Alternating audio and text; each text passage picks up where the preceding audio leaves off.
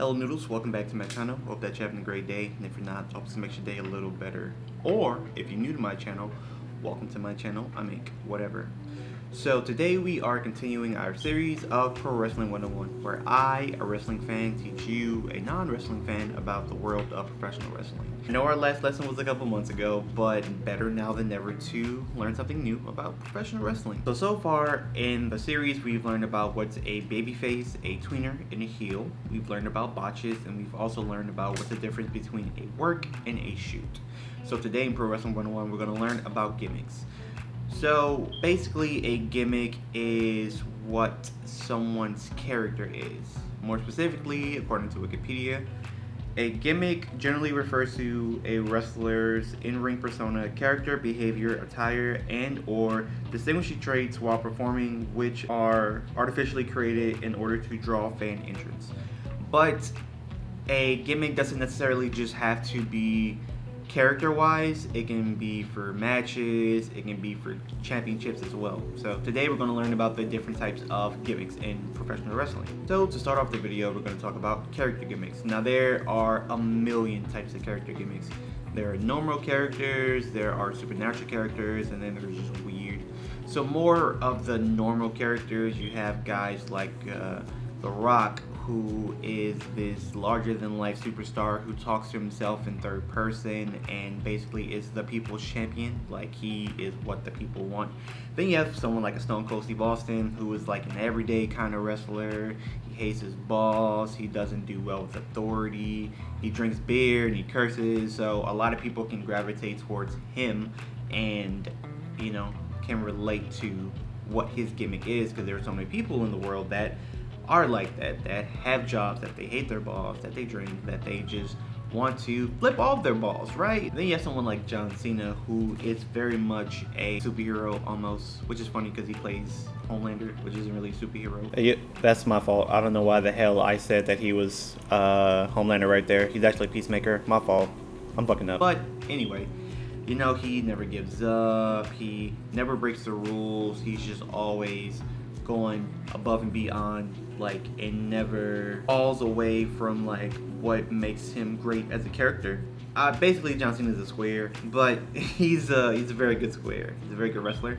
Then we have more. Are you sure about that? Where we have like a Malachi Black, where he's like a demon, or he's like some kind of he's a demon, or he's the devil incarnate. Like, he's like his presentation and just like the way that he comes into the ring, his story, like the moves that he does is just very interesting. Then on another side, you got someone like a Bray Wyatt, more specifically a Bray Wyatt like the Fiend, where it's kind of like an alter ego, where you have this one version of Bray Wyatt, which is like this happy-go-lucky children kind of character kind of thing, who's underneath got like this sinister thing about him. And when he switches and turns into the Fiend, which is like a horror movie monster, which is how a lot of wrestling people will compare him to, because it's like when he fights, there's red lights all over the ring.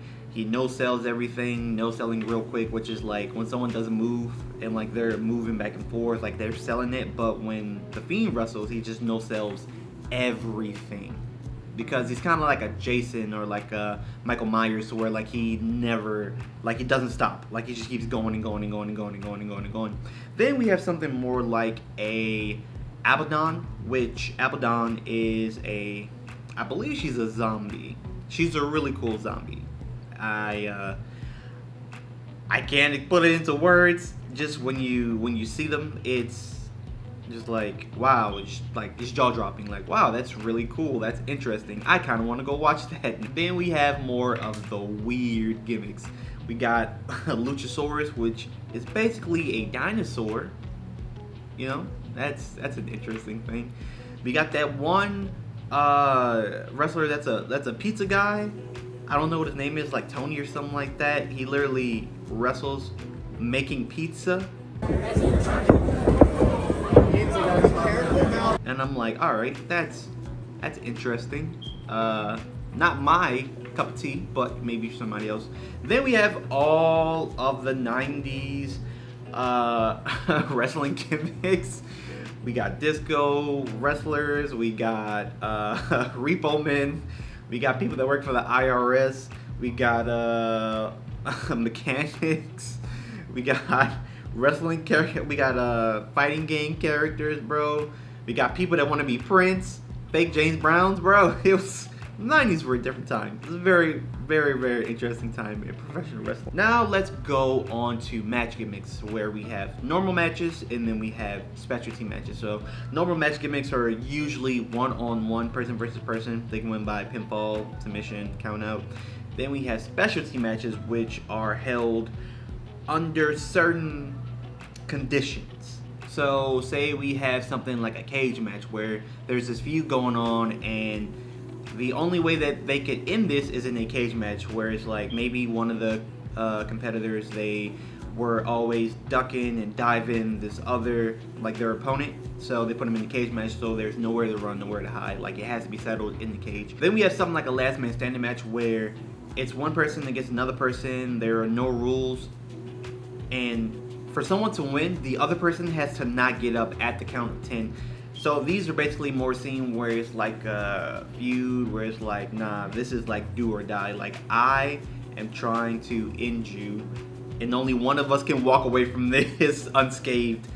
Then we have something like a barbed wire death match, which that one's pretty clear about what that's about. It's a death match, and they're barbed wires and explosives, and it's really a sight for sore eyes. It's very, very interesting. And then we have championship gimmicks, where certain titles are given to certain people, and then also certain titles are kind of defended at certain times or by certain things. The world champion is usually set for the top guy, who is like creme de la creme. That's who like runs like that place. Like that's supposed to be like their number one star.